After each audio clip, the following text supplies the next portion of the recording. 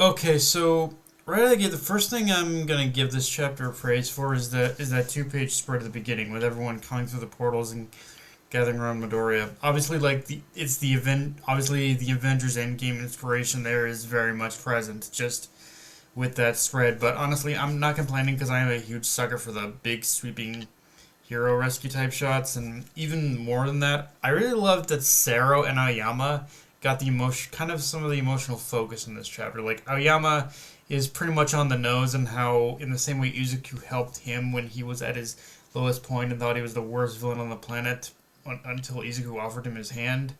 Now Aoyama's extending that same hand to help Izuku, but Sero's clapback to All for One was my absolute favorite moment of this chapter because you got All for One on his usual BS of how tragedy bursts strength. It's a cycle over and over as time.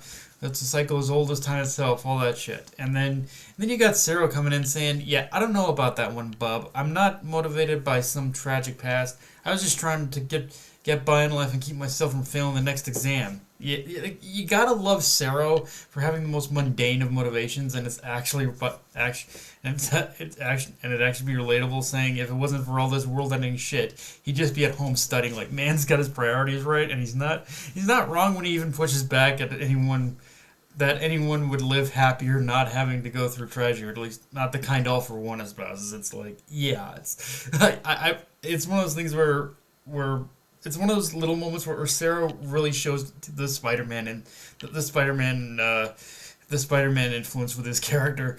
Because let's be honest, that would be something Peter Parker would quip about. um, with that said, at this point, I have to assume that yeah, Obero's consciousness has fully won over control over Kodagiri because you see Mike jumping through a warp gate along with so many other heroes. And once again, my thoughts on this topic have always been strange because while we've had enough scenes of Obero breaking through the brainwashing, it still feels like we're missing a scene to help the transition feel smoother. But as is, it's fine. I'm not gonna dwell on it. Although, more importantly than that, Izuku has now seemingly, from what we've heard, reached the crux point of One for All, where despite having sacrificed the previous holders' powers and their uh, and their spirits, so to speak, he and One for All have now like more or less become one. Like One for All is now his quirk; it's fully melded into him. So now the only question that remains is what exactly is the quirk going to take shape as? Like, will it be like with All Might, where it manifests into like just pure power, or something else? Like this admittedly is actually a decent hook, and I really like this hook because it really kind of just begs the question what exactly Horikoshi's gonna do, and how he's gonna mold this into like making it sort of Izuku's own quirk, so to speak. Like, is it just gonna be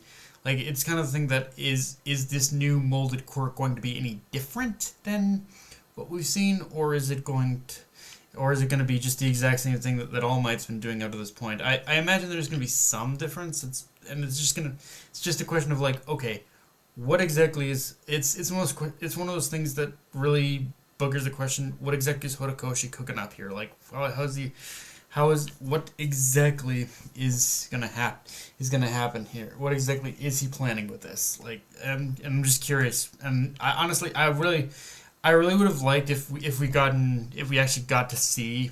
I think if I did have a problem with this chapter, it's that I wish we got to see what the ultimate form of One for All with after having being melded into Izuku would look like. Because although like I'm sure we're gonna find out about it in the next chapter or something, but it's one of those things where I really wish we could have gotten it in this chapter, but it is what it is.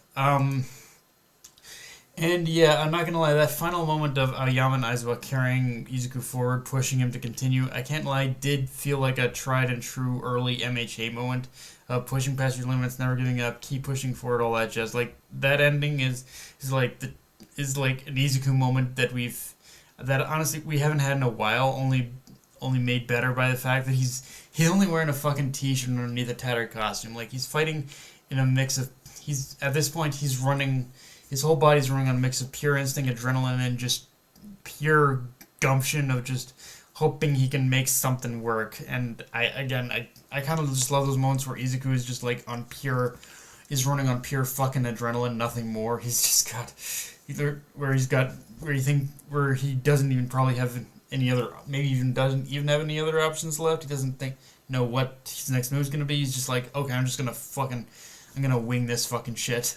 Like this is the kind of Izuku moment I love. With that said, I also loved seeing a lot of the character combinations in this chapter and seeing how the characters worked off each other, but still acknowledging that, yeah, All For One at this point is strong enough to where they have to make sure their attack is synchronized properly, because it'll only take one good attack to throw everything off, showing that there is still an aspect of this fight that is nothing more than a battle of attrition. Like, they have to, like, as they have to fight in a way where they're forced to fight in a way where if one person or two, even if one group of people makes one screw up, then everyone else is gonna be forced to kind of like, in order to kind of rush in to save them. So it's like, if they screw this up, then they're basically screwing up the plan to begin with. So yeah, I like how we are seeing this coordination as well. But yeah, guys, that's pretty much all I got for this review. If you enjoyed the video, like, comment, subscribe. Follow me on Twitter and on this Crunchyroll. Be sure to notification bell, hit the subscribe button, and just share it around, guys. Dark Knight of a Night signing off. Later, everyone.